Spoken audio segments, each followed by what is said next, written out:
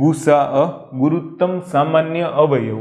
અવયવ પાડવાના ને એમાંથી જે ગુરુત્તમ સામાન્ય હોય, મોટામાં મોટું સામાન્ય જે અવયવ હોય એને લેવાનું. દાખલા તરીકે તમને એવું કીધું છે કે ભાઈ 2 8 નો ગુસા કેટલો જોજો. તો 2 ના અવયવ કયા કયા?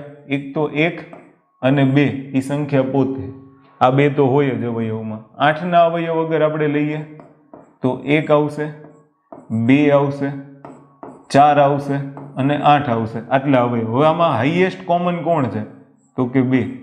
તો આનો ગુરુત્તમ સામાન્ય અવયવ કેટલો આવી જશે? 2. તો HCF આનો કહેવાય 2.